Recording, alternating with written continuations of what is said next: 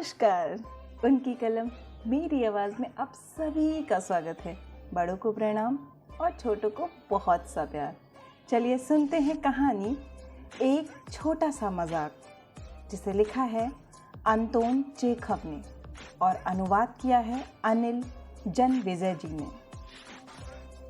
सर्दियों की खूबसूरत दोपहर। सर्दी बहुत तेज है। नाद्या ने मेरी बाँह पकड़ रखी है। उसके घुंघराले बालों में बर्फ इस तरह जम गई है कि वे चांदनी की तरह झलकने लगे हैं। होठों के ऊपर भी बर्फ की एक लकीर सी दिखाई देने लगी है।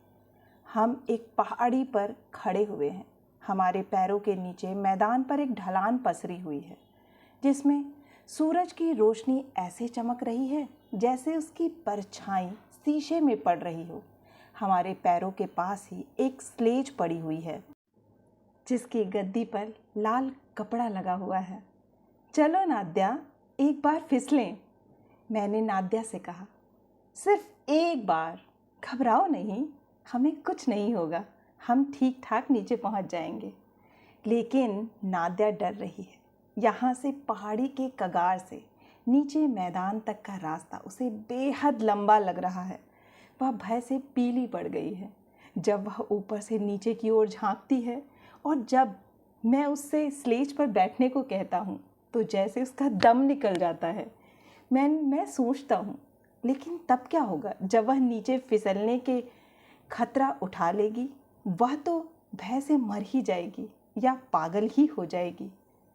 मेरी बात मान लो, मैंने उससे कहा। नहीं नहीं, तुम में हिम्मत की कमी है क्या?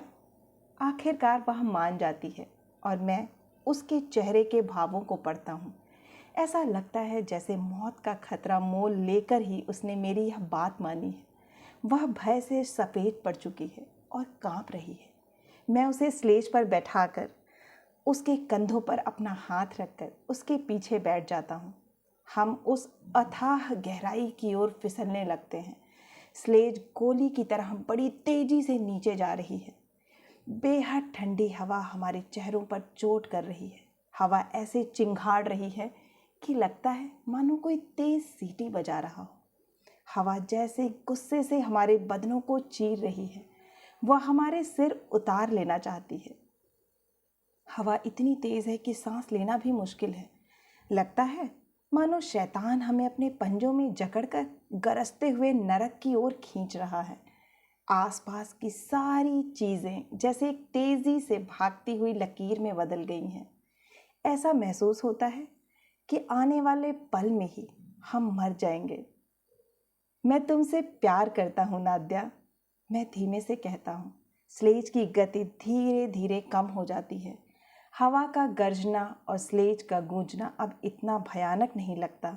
हमारे दम में दम आता है और आखिरकार हम नीचे पहुंच जाते हैं। नाद्या अधमरी सी हो रही है। वह सफ़ेद पड़ गई है। उसकी सांसें बहुत धीमी धीमी चल रही हैं। मैं उसकी स्लेज से उठने में मदद करता हूँ। अब चाहे जो भी हो जाए, मैं कभी नहीं फिसलूँगी, हरगिज़ नहीं फिसलूँगी। आज तो मैं मरते मरते बची हूँ। मेरी ओर देखते हुए उसने कहा। उसकी बड़ी बड़ी आंखों में खौफ का साया दिखाई दे रहा है। पर थोड़ी ही देर बाद वह सहज हो गई और मेरी ओर सवालिया निगाहों से देखने लगी। क्या उसने सचमुच वे शब्द सुने थे या उसे ऐसा बस महसूस हुआ था? सिर्फ हवा की गरज थी वह? मैं नाद्या के पास ही खड़ा हूँ। मैं सिगरेट पी रहा हूँ और अपने दस्ताने को ध्यान से देख रहा हूँ। नाद्या मेरा हाथ अपने हाथ में ले लेती है और हम देर तक पहाड़ी के आसपास घूमते रहते हैं। यह पहेली उसको परेशान कर रही है। वे शब्द जो उसने पहाड़ी से नीचे फिसलते हुए सुने थे, सच में कहे गए थे या नहीं? यह बात वास्तव में हुई या नहीं? यह सच है या झूठ? अब यह सवाल उसके लिए स्वाभिमान का सवाल हो गया है, उसकी इज्जत का सवाल हो गया है। जैसे उसकी ज़िंदगी और उसके जीवन की खुशी इस बात पर निर्भर करती है।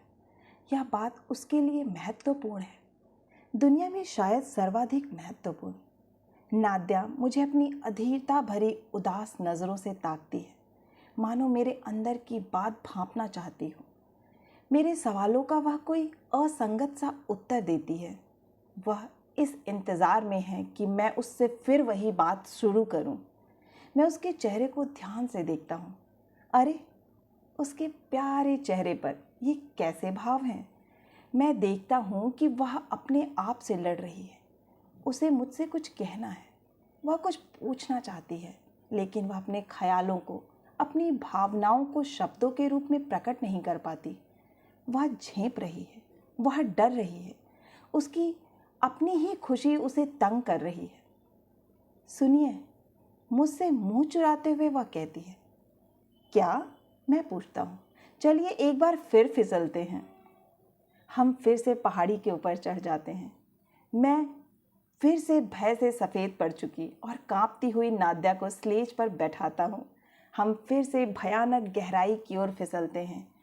फिर से हवा की गरज और स्लेज की गूंज हमारे कानों को फाड़ती है और फिर जब शोर सबसे अधिक था, मैं धीमी आवाज़ में कहता हूँ, मैं तुमसे प्यार करता हूँ नाद्या। नीचे पहुंचकर जब स्लेज रुक जाती है तो नाद्या एक नज़र पहले ऊपर की तरफ ढलान को देखती है, जिससे हम अभी अभी नीचे फिसल दें। फिर दूसरी नज़र मेरे चेहरे पर डालती है। वह ध्यान से मेरी बेपरवाह और भावहीन आवाज़ को सुनती है। उसके चेहरे पर हैरानी है। ना सिर्फ चेहरे पर, बल्कि उसके सारे हाव भाव से हैरानी झलकती है। वह चकित है और जैसे उसके चेहरे पर यह लिखा है, क्या बात है, वे शब्द किसने कहे थे? शायद इसी ने, या हो सकता है मुझे बस ऐसा लगा हो, बस ऐसे ही वे शब्द सुनाई दिए हों। उसकी परेशानी बढ़ जाती है कि वह इस सच्चाई से अनभिज्ञ है। यह अनभिज्ञता उसकी अधीरता को बढ़ाती है। मुझे उस पर तरस आ रहा है। बेचारी लड़की, वह मेरे प्रश्नों का कोई उत्तर नहीं देती और नाक भौं चढ़ा लेती है। लगता है वह रोने ही वाली है। घर चलें? मैं पूछता हूँ, लेकिन मुझे तो यहाँ फिसलने में खूब मज़ा आ रहा है। वह शर्म से लाल होकर कहती है और फिर मुझसे अनुरोध करती है, और क्यों ना हम एक बार फिर फिसलें? तो उसे यह फिसलना अच्छा लगता है, पर स्लेज पर बैठते हुए तो वह पहले की तरह ही भय से सफ़ेद दिखाई दे रही है और कांप रही है। उसे सांस लेना भी मुश्किल हो रहा है, लेकिन मैं अपने होठों को रुमाल से पोंछकर धीरे से खांसता हूँ और जब फिर से नीचे फिसलते हुए हम आधे रास्ते में पहुँच जाते हैं तो मैं एक बार फिर कहता हूँ, मैं तुमसे प्यार करता हूँ नाद्या। और यह पहेली ही रह जाती है। नाद्या चुप रहती है। वह कुछ सोचती है। मैं उसे उसके घर तक छोड़ने जाता हूँ। वह धीमे धीमे कदमों से चल रही है और इंतज़ार कर रही है कि शायद मैं उससे कुछ कहूँगा। मैं यह नोट करता हूँ कि उसका दिल कैसे तड़प रहा है, लेकिन वह चुप रहने की कोशिश कर रही है और अपने मन की बात को अपने दिल में ही रखे हुए है। शायद वह सोच रही है, दूसरे दिन मुझे उसका एक रुक्का मिला। आज जब आप पहाड़ी पर फिसलने के लिए जाएं, तो मुझे अपने साथ ले लें नाद्या। उस दिन से हम दोनों रोज़ फिसलने के लिए पहाड़ी पर जाते हैं और स्लेज पर नीचे फिसलते हुए हर बार मैं धीमी आवाज़ में वे ही शब्द कहता हूँ, मैं तुमसे प्यार करता हूँ नाद्या। जल्दी ही नाद्या को इन शब्दों का नशा सा हो गया था, वैसा ही नशा जैसे शराब या मॉर्फिन का नशा होता है।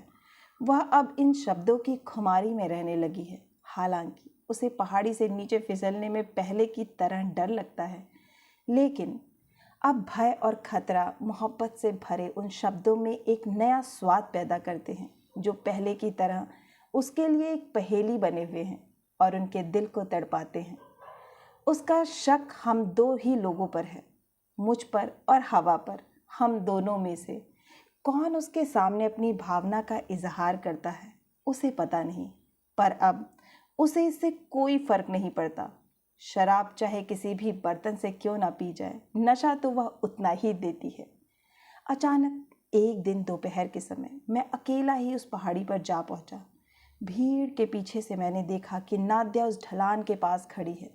उसकी आंखें मुझे ही तलाश रही हैं। फिर वह धीरे धीरे पहाड़ी पर चढ़ने लगती है। अकेले फिसलने में हालांकि उसे डर लगता है, बहुत ज़्यादा डर। वह बर्फ की तरह सफ़ेद पड़ चुकी है।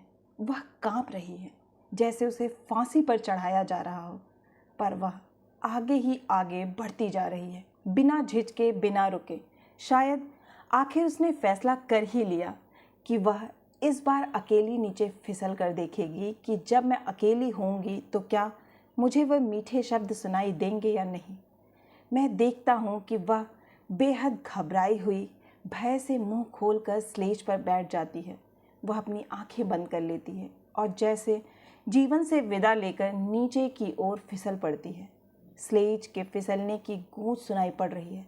नादिया को वे शब्द सुनाई दिए या नहीं मुझे नहीं मालूम। मैं बस यह देखता हूँ कि वह बेहद थकी हुई और कमज़ोर सी स्लेज से उठती है। मैं उसके चेहरे पर यह पढ़ सकता हूँ कि वह खुद नहीं जानती कि उसे कुछ सुनाई दिया या नहीं। नीचे फिसलते हुए उसे इतना डर लगा कि उसके लिए कुछ भी सुनना या समझना मुश्किल था।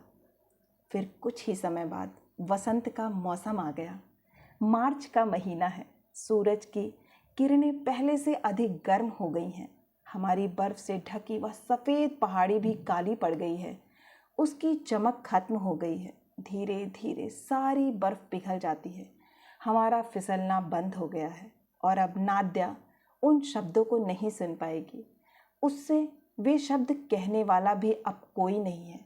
हवा खामोश हो गई है और मैं यह शहर छोड़कर पीटरबुर्ग जाने वाला हूँ। हो सकता है कि मैं हमेशा के लिए वहाँ चला जाऊँगा। मेरे पीटरबुर्ग रवाना होने से शायद 2 दिन पहले की बात है। संध्या समय मैं बगीचे में बैठा था। जिस मकान में नाद्या रहती है, यह बगीचा उससे जुड़ा हुआ था और एक ऊंची बाड़ ही नाद्या के मकान को उस बगीचे से अलग करती थी। अभी भी मौसम में काफ़ी ठंड है। कहीं कहीं बर्फ़ पड़ी दिखाई देती है। हरियाली अभी नहीं है, लेकिन वसंत की सुगंध महसूस होने लगी है। शाम को पक्षियों की चहचहाहट सुनाई देने लगी है। मैं बाड़ के पास आ जाता हूँ और एक दरार में से नाद्या के घर की तरफ देखता हूँ। नाद्या बरामदे में खड़ी है और उदास नज़रों से आसमान की ओर ताक रही है। बसंती हवा उसके उदास फीके चेहरे को सहला रही है। यह हवा उसे उस हवा की याद दिलाती है जो तब पहाड़ी पर गरजा करती थी जब उसने वे शब्द सुने थे। उसका चेहरा और उदास हो जाता है। गाल पर आंसू लुढ़कने लगते हैं और बेचारी लड़की अपने हाथ इस तरह से आगे बढ़ाती है मानो वह उस हवा से यह प्रार्थना कर रही हो कि वह एक बार फिर से उसके लिए वे शब्द दोहराए। और जब हवा का एक झोंका आता है तो मैं फिर धीमी आवाज़ में कहता हूँ, मैं तुमसे प्यार करता हूँ नाद्या। अचानक ना जाने नाद्या को क्या हुआ। वह चौंक कर मुस्कुराने लगी और हवा की ओर हाथ बढ़ाती है। वह बेहद खुश है, बेहद सुखी, बेहद सुंदर। और मैं अपना सामान बांधने के लिए घर लौट आता हूँ। यह बहुत पहले की बात है। अब नाद्या की शादी हो चुकी है। उसने खुद शादी का फैसला किया या नहीं, इससे कोई फ़र्क नहीं पड़ता। उसका पति एक बड़ा अफसर है और उसके 3 बच्चे हैं। वह उस समय को आज भी नहीं भूल पाई है जब हम फिसलने के लिए पहाड़ी पर जाया करते थे। हवा के वे शब्द उसे आज भी याद हैं। यह उसके जीवन की सबसे सुखद, हृदय स्पर्शी और खूबसूरत याद है। और अब जब मैं प्राण हो चुका हूँ, मैं यह नहीं समझ पाता हूँ कि मैंने उससे वे शब्द क्यों कहे थे, किस लिए मैंने उसके साथ ऐसा मजाक किया था। आशा है कि आपको यह कहानी बहुत ही पसंद आई होगी। अगर पसंद आई है तो प्लीज़ लाइक करें, अपनों के साथ शेयर करें। और अगर आप इसी तरह की अच्छी अच्छी मनोरंजक कहानियाँ सुनना चाहते हैं तो इस चैनल से जुड़ना ना भूलें और इस चैनल को सब्सक्राइब करें। फिर मिलती हूँ एक नई कहानी या कविता के साथ। तब तक के लिए आप सभी का सुनने के लिए बहुत बहुत धन्यवाद।